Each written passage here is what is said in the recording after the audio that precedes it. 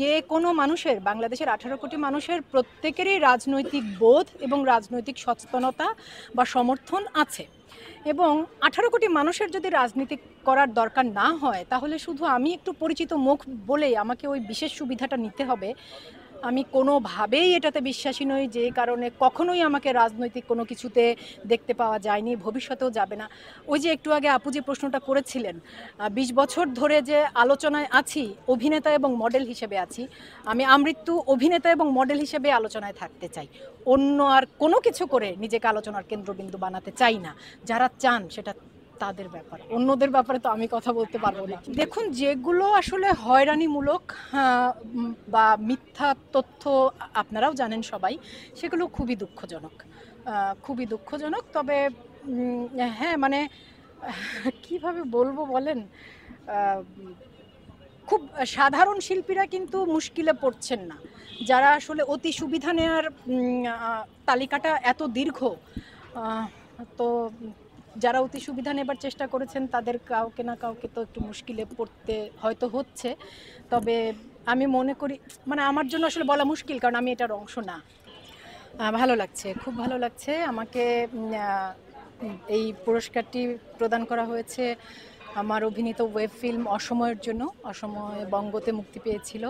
আমার পরিচালক কাজল আরেফিন অমি এবং আমার সহশিল্পী ইন্তেখাব দিনার বা পুরো টিমের যারা ছিলেন সকলের প্রতি ধন্যবাদ। কাজল আরেফিন পুরো টিমের প্রতি ধন্যবাদ। আজকে আপনাকে একদম হলুদ পরীর মতো লাগছে, এই লুকসটা সম্পর্কে একটু জানতে চাই। আসলে লাগছে? অনেক সুন্দর লাগছে। আচ্ছা, অনেক অনেক ধন্যবাদ। এই এই সুন্দর যে লাগছে সেটার কৃতিত্ব হচ্ছে চৈতি আপার, ফারহানা চৈতি। চৈতি আপা আজকে আমাকে সাজিয়েছেন, মেক ওভার ফিনান্সের ফারহানা চৈতি। এবং আর জামদানি তো আমি একটু জানেন আমার পছন্দের শাড়ি, জামদানি পরি, এই তো।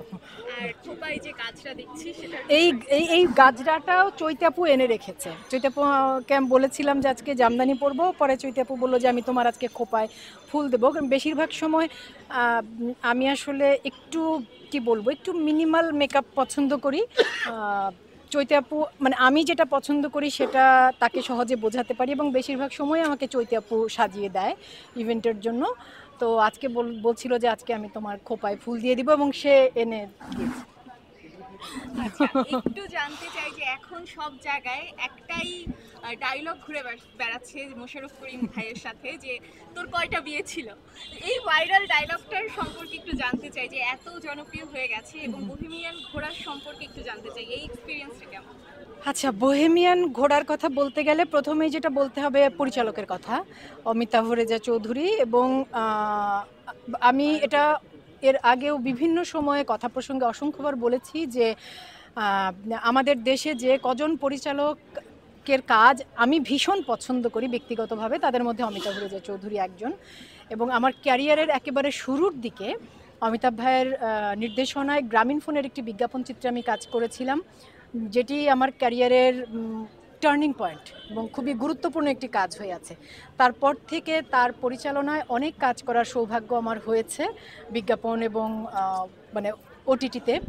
তো এই মানে এই কাজটিতে যুক্ত হবার ব্যাপারে প্রধান যে বিষয়গুলো কাজ করেছে, আমার চরিত্র পছন্দ হয়েছে, অমিতাভ ভাইয়ের পরিচালনা, এবং সহশিল্পী মোশাররফ করিম আমার দীর্ঘদিনের সহকর্মী এবং সবচাইতে পছন্দের সহকর্মীদের মধ্যে তিনি একজন। অসাধারণ অভিনেতা, পুরো টিম খুবই খুবই ভালো অভিজ্ঞতা। আমি খুব এনজয় করেছি কাজটা করতে।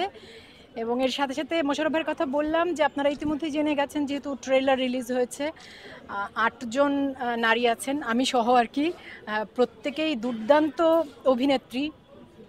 2 জন নতুন, এছাড়া বাদ বাকি 6 জন নিজের জায়গায় মানে অলরেডি প্রতিষ্ঠিত, জনপ্রিয়, খুবই ভালো কাজ করছেন। আমার খুব ভালো লেগেছে এরকম একটা কাজের অংশ হতে পেরে। ধন্যবাদ আমার পরিচালকের প্রতি আবারও, মানে অমিতাভ ভাই এবং তার পুরো টিমের প্রতি। আর সংলাপটার কথা আপনি যেটা বললেন, সেই কৃতিত্বটা কিন্তু যারা স্ক্রিপ্ট করেছে তাদের পুরোপুরি। কারণ আমি তো অভিনেতা হিসেবে শুধু সংলাপটা পেয়েছি, বলেছি, পরিচালক যেভাবে চেয়েছেন সেই ডেলিভারিটা দেবার চেষ্টা করেছি, সেভাবে বলার চেষ্টা করেছি। কিন্তু চিত্রনাট্য যারা করেছে, কৃতিত্ব সম্পূর্ণরূপে তাদের। আচ্ছা, একটু যদি জানতে চাই যে ৮ জন অভিনেত্রী, তো এই জায়গাতে চরিত্র নির্বাচনের একটা বিষয় থাকে। আপনার চরিত্রে কি এমন টুইস্ট আছে যদি একটু ধারণা দেন আমাদের? এটা তো মানা, এটা তো বলা যাবে না। ওরা আমাদের চ্যালেঞ্জিং কি ছিল? চ্যালেঞ্জিং একটু, মানে একটি ট্রে কি বলে এটাকে, ধরেন একটি ওয়েব সিরিজের ট্রেলার মানে হচ্ছে ৮ পর্বের একটি ওয়েব সিরিজের ২ মিনিটের ট্রেলার মানে হচ্ছে ওটা আসলে সিরিজটার একটা পরিচয় পর্ব। তো সেই পরিচয় পর্বের ২ মিনিটের ট্রেলার থেকে যখন একটি কয়েক সেকেন্ডের একটি শট এই পরিমাণ সাড়া ফেলতে পারে, এরপর কি আর বলার অপেক্ষা রাখে যে কেন আমি এটাতে যুক্ত হয়েছি? ২ মিনিটের ওই কয়েক সেকেন্ডের অংশ দেখেই তো অলরেডি বোঝা যাচ্ছে, প্রমাণিত যে কেন যুক্ত হয়েছি। আর বাদ বাকি আগ্রহটুকু যুক্ত হয়েছি কেন, পুরোটা জানতে হলে আসলে একটু অপেক্ষা করতে হবে। ৫ তারিখ ৫ই জুন হইচইয়ের পর্দায় আসছে বহেমিয়ান ঘোড়া, দেখতে হবে। আচ্ছা, একটু জানতে চাই যে ওটিটি এবং ছোট পর্দা বা বড় পর্দা সব মিলিয়ে আপনি বেশ কাজের মাধ্যমে আলোচনায় আছেন। এই যে কাজ দিয়ে বরাবর আলোচনায় থাকার বিষয়টা কতটা এনজয় করছেন? ভীষণ এনজয় করি আমি আসলে সবসময় বলি যে মানুষের জীবন, অন্যদেরটা বলতে পারবো না, আমি আসলে আমার জীবনটা এভাবে ভাগ করেছি যে আমি একজন ব্যক্তি মানুষ, একটা আমার ব্যক্তি জীবন, পরিবারের জীবন, আরেকটা আমি একজন কর্মজীবী মানুষ। অভিনয় এটা আমার কাজ, অভিনেতা এবং মডেল হিসেবে আমি কাজ করছি ২০ বছর ধরে। তো এই যে ২০ বছর জীবনের দীর্ঘ সময়, মানে দীর্ঘ সময়, তো এত লম্বা একটা সময় আমি আমার কাজের মধ্য দিয়ে আলোচনায় আছি, এর চাইতে সুন্দর, আনন্দের, ভালোবাসাপূর্ণ প্রাপ্তি আর কিছু হতেই পারে না। লাস্ট সামনে ঈদ আসছে, ঈদের পরিকল্পনা কি একটু জানতে চাই। ঈদে ঈদে বোধহয় এবারে ঢাকায় থাকা হবে না, আমার মেয়ের একটু লম্বা ছুটি আছে, আমাদের পুরো পরিবার হয়তো একটু ঢাকার বাইরে যাব আমরা ঈদের সময়। ধন্যবাদ। থ্যাংক একটা ইউ। প্রশ্ন ছিল, সেটা জি। হচ্ছে যে আসলে তারকাদের আসলে রাজনীতি করা আসলে দরকার আছে কিনা, আপনি কি মনে করেন? আচ্ছা, আমি আমারটা উত্তর দিতে পারবো ভাইয়া, অন্যদেরটা উত্তর দিতে পারবো না। আমি মনে করি যে যে কোনো মানুষের, বাংলাদেশের ১৮ কোটি মানুষের প্রত্যেকেরই রাজনৈতিক বোধ এবং রাজনৈতিক সচেতনতা বা সমর্থন আছে, এবং ১৮ কোটি মানুষের যদি রাজনীতি করার দরকার না হয়, তাহলে শুধু আমি একটু পরিচিত মুখ বলেই আমাকে ওই বিশেষ সুবিধাটা নিতে হবে, আমি কোনোভাবেই এটাতে বিশ্বাসী নই। যে কারণে কখনোই আমাকে রাজনৈতিক কোনো কিছুতে দেখতে পাওয়া যায়নি, ভবিষ্যতেও যাবে না।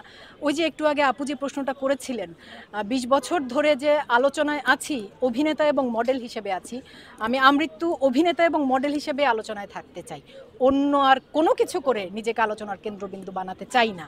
যারা চান সেটা তাদের ব্যাপার, অন্যদের ব্যাপারে তো আমি কথা বলতে পারবো আমরা না। দেখছি যে আসলে এই যে এখন তারকাদের বিরুদ্ধে মামলা হচ্ছে বা এই যে একটা বিষয়, এটা এই বিষয়টা আপনি কিভাবে দেখছেন? দেখুন, যেগুলো আসলে হয়রানিমূলক বা মিথ্যা তথ্য, আপনারাও জানেন সবাই, সেগুলো খুবই দুঃখজনক, খুবই দুঃখজনক। তবে হ্যাঁ, মানে কিভাবে বলবো বলেন, আহ, খুব সাধারণ শিল্পীরা কিন্তু মুশকিলে পড়ছেন না, যারা আসলে অতি সুবিধা নেওয়ার তালিকাটা এত দীর্ঘ, আহ, তো যারা অতি সুবিধা নেবার চেষ্টা করেছেন তাদের কাউকে না কাউকে তো একটু মুশকিলে পড়তে হয়তো হচ্ছে। তবে আমি মনে করি, মানে আমার জন্য আসলে বলা মুশকিল, কারণ আমি এটার অংশ না, একেবারেই অংশ না। ঠিক আছে। আপু, ফেসবুকে আপনি একটা পোস্ট শেয়ার দিয়েছিলেন, আপনি নির্মাতাকে একটা বলছিলেন, দেখেন ভাই আমি বলছিলাম না, সেই সময়ের গল্পটা জানতে চাচ্ছি। সেই সময়ের গল্পটা হচ্ছে যে অমিতাভ ভাই মানে শ্যুটের সময়ই বলছিল যে এইটা নিয়ে সবার আগে মিম হবে, তো ওটাই। এবং ইভেন আমাদের হইচয়ে সাকিব ভাই আমাদের গ্রুপে বলছিল যে এই সংলাপটা নিয়ে সবার আগে মিম হবে, এবং হ্যাঁ, মানে সেই মিমের সংখ্যা এবং ফরম্যাট দেখে আমরা নিজেরাও খুবই মানে উচ্ছ্বসিত তো বটেই, ভীষণ এতটা হবে এটা আবার আমরা ভাবিনি, আমি তো ভাবিনি অন্তত।